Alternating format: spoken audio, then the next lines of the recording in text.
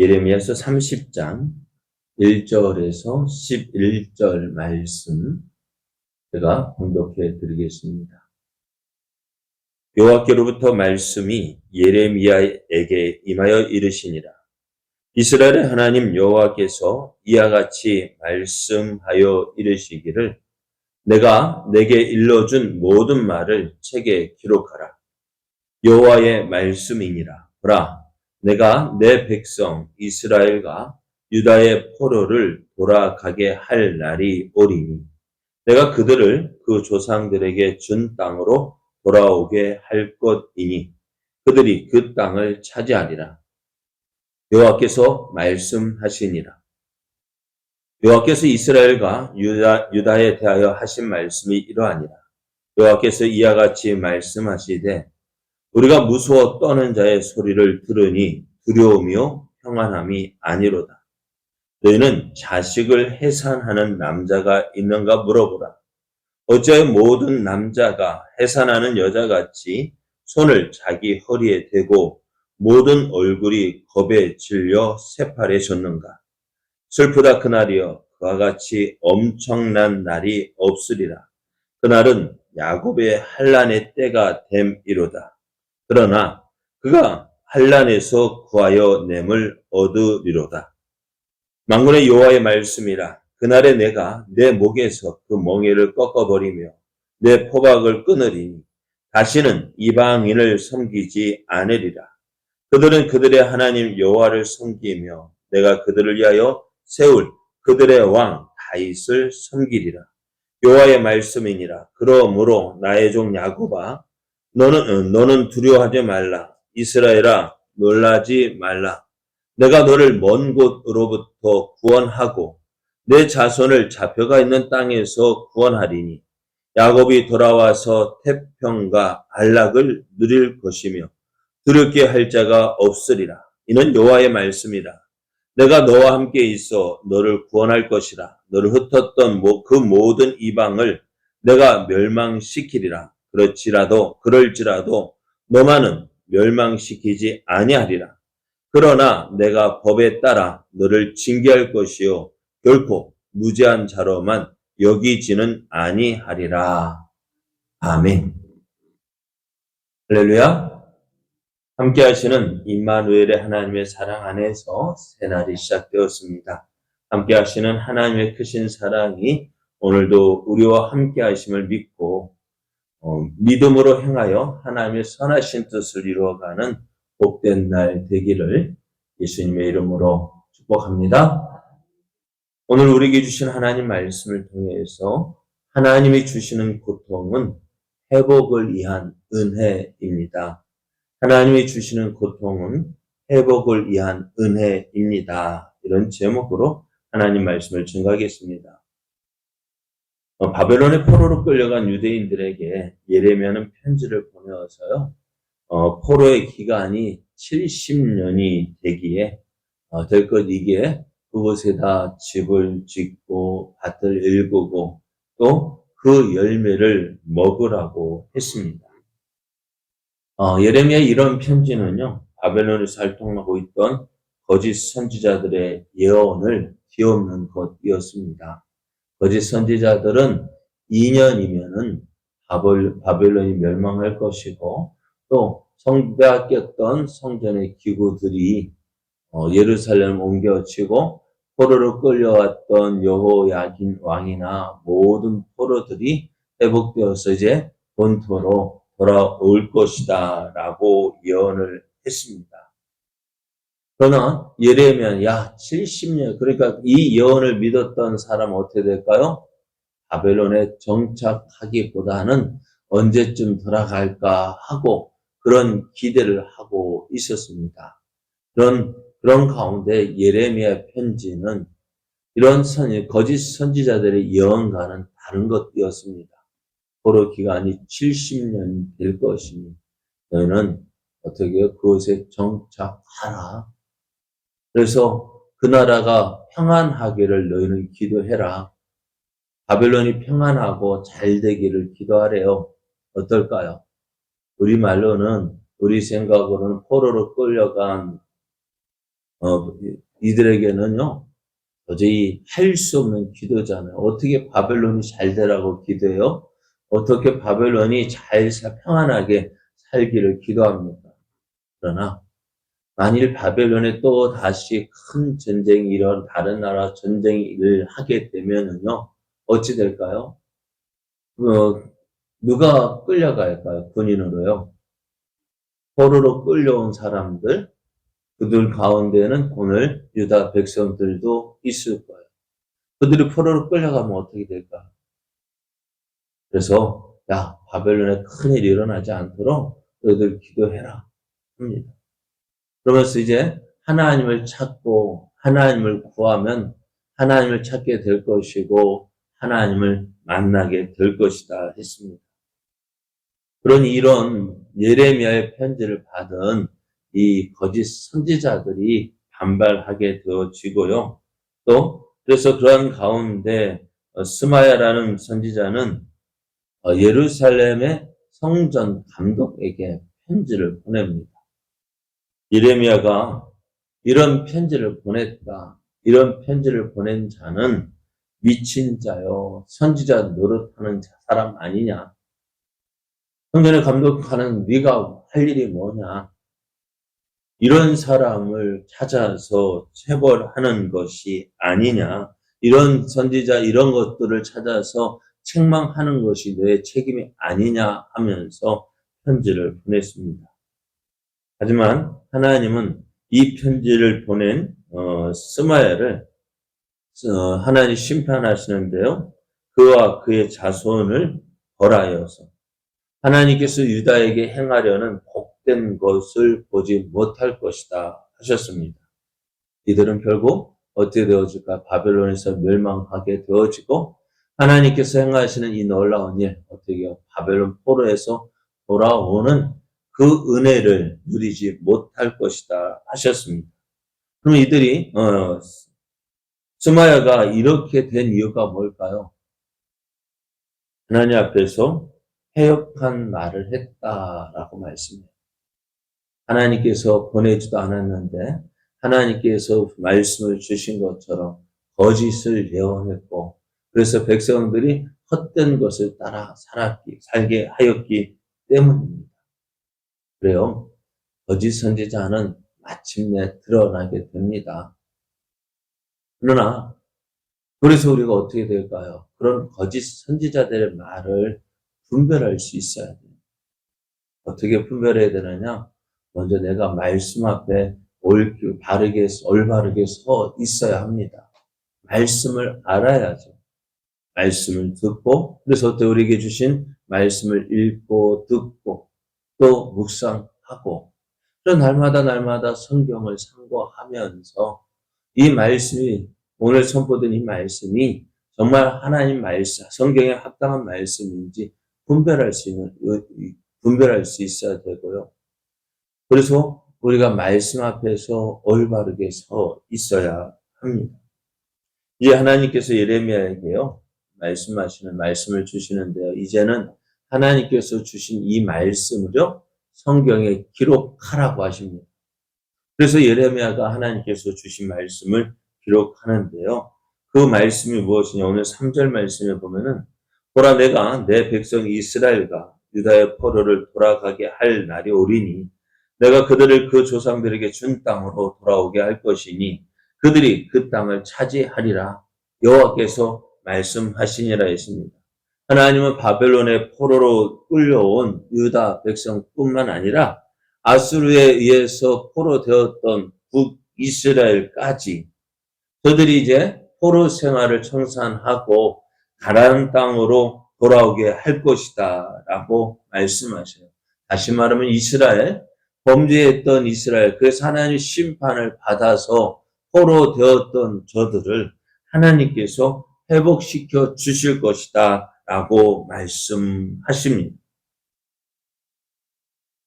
이스라엘과 유다의 회복, 참으로 놀라운 말씀이에요. 지금까지 포로로 끌려갔던 어느 민족도요, 저들이 그 포로되었던 나라에서 회복되어 돌아온 나라가 없었어요.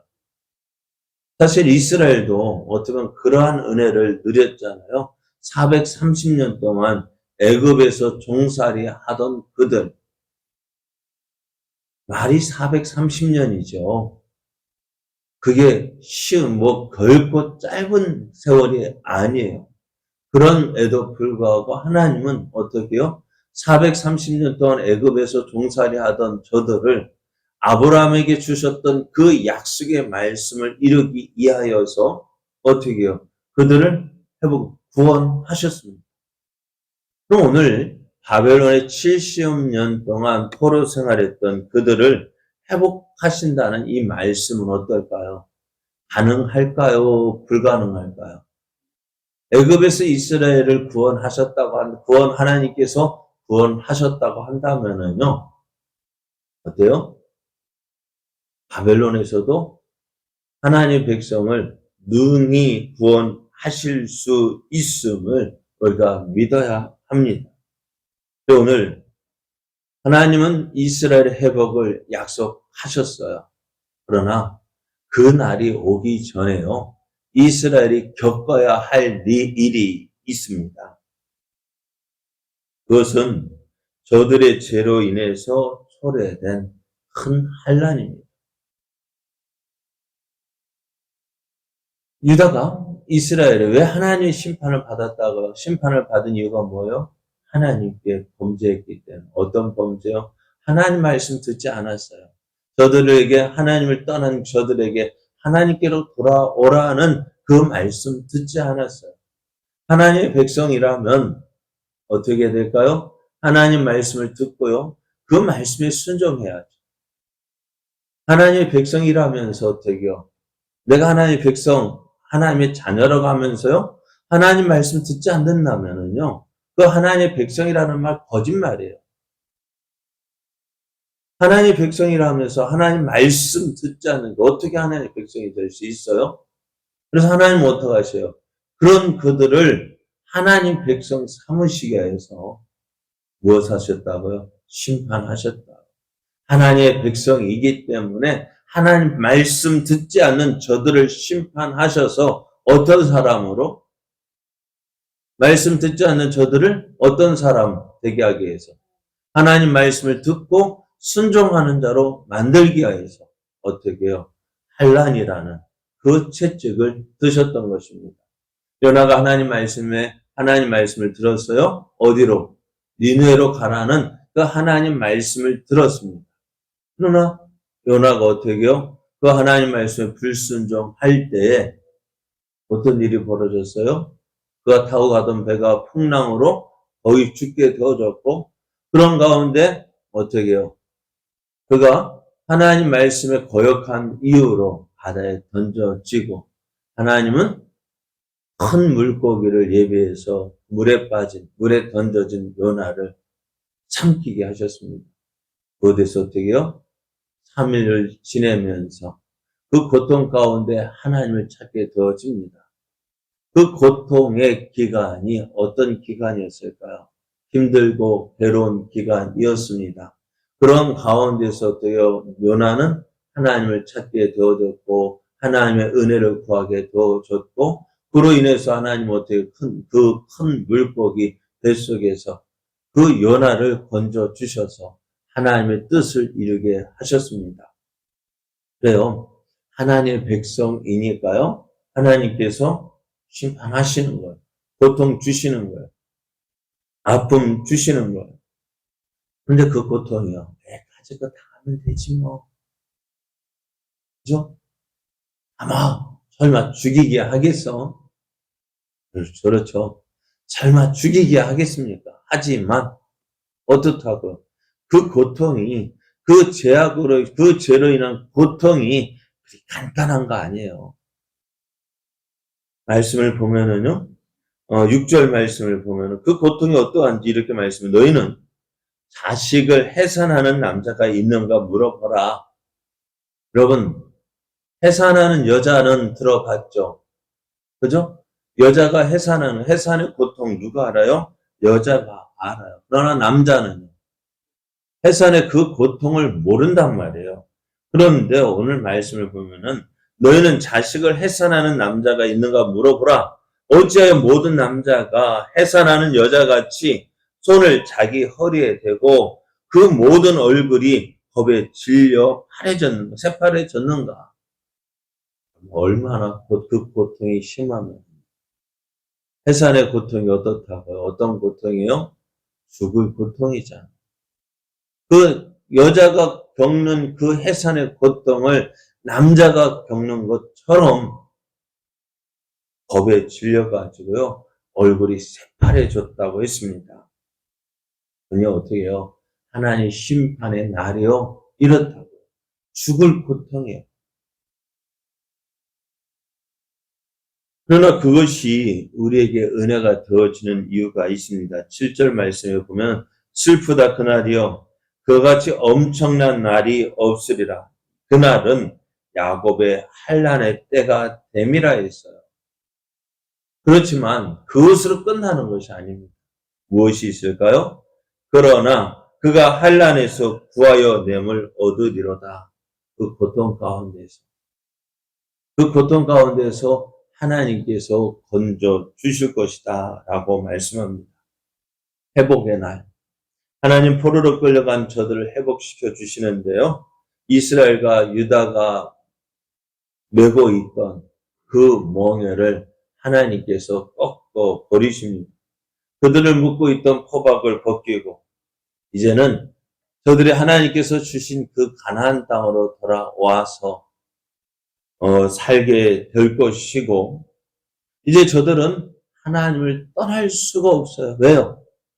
하나님은 어떤 분이라는 것을 알게 되어졌잖아요. 하나님을 믿고 하나님을 섬기게 되었더니 이제는 어떻게 다시는 이방인들을 섬기지 않게 되어집니다. 하나님은 그들을 회복하실 그날에 그들을 위하여서 다윗 왕을 세우고 저들은 하나님의 세운 그 다윗 왕을 섬기게 될 것입니다. 이 모든 일을 누가 하신다고요? 하나님이 하십니다. 그러나 우리가 이 회복되어지는 은혜를 누릴 때에요. 기억해야 할 것이 있어요. 회복은 누가 하셔요? 하나님이 하시지만은 이 회복을 위해서는 어떻게 우리를 징계하신다라고 말씀하셔요. 11절 말씀을 보면은요. 이는 여호와의 말씀이라 내가 너와 함께 있어 너를 구원할 것이라 너를 흩었던 그 모든 이방을 내가 멸망시키리라. 그럴지라도 너만은 멸망시키지 아니하리라. 하나님께서 이스라엘을 회복시켜 주신대요.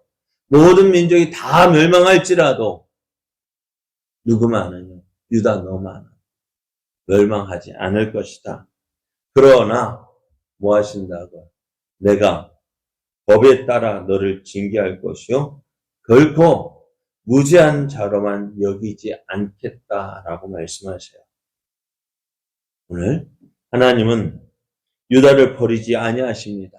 그들을 어려움 가운데 버려둔 것 같지만 하나님은 그들을 통해서 그 고난을 통해서 저들의 죄에 대한 징계가 이루어지고 그것을 통해서 저들을 회복하십니다. 우리가 기억할 것 이것입니다. 죄는 쉽게 지울 수 있는 것이 아닙니다. 하지만 그러한 죄를 지었다 해도 우리를 멸망시키지 않으시고 우리를 회복시키시는데요. 그러나 어떻다고요? 회복하는 데는 뭐가 있다고요? 고통이 있다고. 못쓰는 쇠 어떻게 되어질까요? 그냥 버려지는 것이 아니라 그것들을 모아서 다시 어떻게요? 용광로에 넣고 저들을 녹이고 단련한 후에 어떻게 새롭게 되어지는 것처럼 하나님의 백성도요. 저들이 죄를 지었다고 해서 하나님께서 멸망시키는 것이 아니라 그 죄에 대한 심판을 하시되 저들 어떻게 해요? 그 심판을 통해서 저들이 회개하고 하나님을 찾고 하나님을 의지하게 하신다는 것입니다. 오늘 우리도요, 고통을 당할 수 있습니다. 어려움을 당할 수 있습니다. 그럼에도 어떻게 해요? 하나님은 우리를 버리지 않으십니다. 그럼 이 고통은요, 그를 회복시키기 위한 하나님의 은혜라는 사실입니다. 고통. 우리가 고통을 당할지라도 하나님은 우리를 사랑하십니다. 그 고통, 어떤 무엇을 위한 고통이요? 멸망을 위한 고통이 아니라 회복시키기 위한 고통임을 깨닫고 오늘 내가 있는 이 자리에서 하나님을 더욱더 찾고 하나님을 의지함으로 회복시켜 주시는 그 하나님의 놀라우신 은혜, 그 사랑 누리는 저와 여러분 되어지기를 예수님의 이름으로 축복합니다.